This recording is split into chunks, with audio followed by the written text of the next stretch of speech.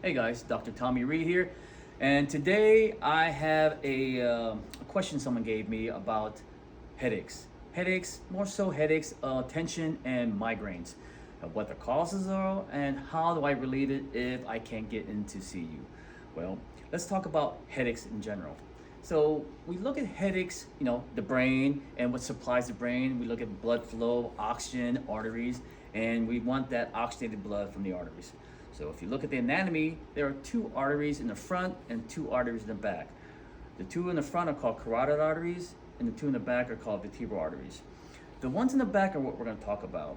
Now, the interesting thing about these vertebral arteries, they go on the side of your neck along the vertebrae, in these things called transverse process, and it goes up. And then the neat thing about it, it goes from the side and it goes to the back and it cuts underneath the bottom portion of the skull called the occiput, and it sneaks in there. Well, that's the area where we have the actual problem, because that little corner that it goes to the side and dips to the top, to the back, into the brain is where the impingement occurs.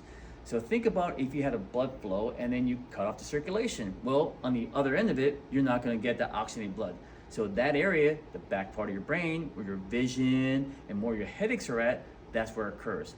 So it's about blood flow when you think about headaches. So we talk about what causes those type of restriction blood flow. Think about that old tech posture on your phone. You have your head leaning forward. Well, you're squeezing down that vertebrae because you're sliding the skull up forward and you're impinging or including those arteries. How do we relieve that? Well, we have to slide our head back. But the problem is that sometimes you have that tight muscle that squeezes back there that slides your head forward because you're stuck in that poor posture. You have to do a lot of things in the sense that exercise, rehab, and corrective movements. But if you can't see me and you need something to relieve it quickly, well, guess what? Power plate's your solution. Power plate does two things again. Remember, nitric oxide, you need to vasodilate. So if you have that tissue that's closed down, you need to open it back up. But what it also does, it activates those muscle spindles. Remember, when you're on the power plate, you want to turn off the muscle spindles so it lets go. When it lets go, that tight muscle back here, the suboccipital muscles, they'll slide your head back and it gives you that area where the artery goes through. Now you have two great things that happen with power plate. So when I start feeling a headache and I know it's from tension, tech posture, head's too forward, I'm getting the head back, but it seems like my neck muscles don't want to let go, and I can't come see someone like me get on power plate. Power plate's real simple. You stand on the device, low settings. You need to do at least, again, more than 9 minutes. But break it up. You can do 5 minutes. But when you get on power plate, the most important thing is that at first you may feel a little dizzy. Hold on, right? But if you can handle it, you stand up and you put all your weight on your heel.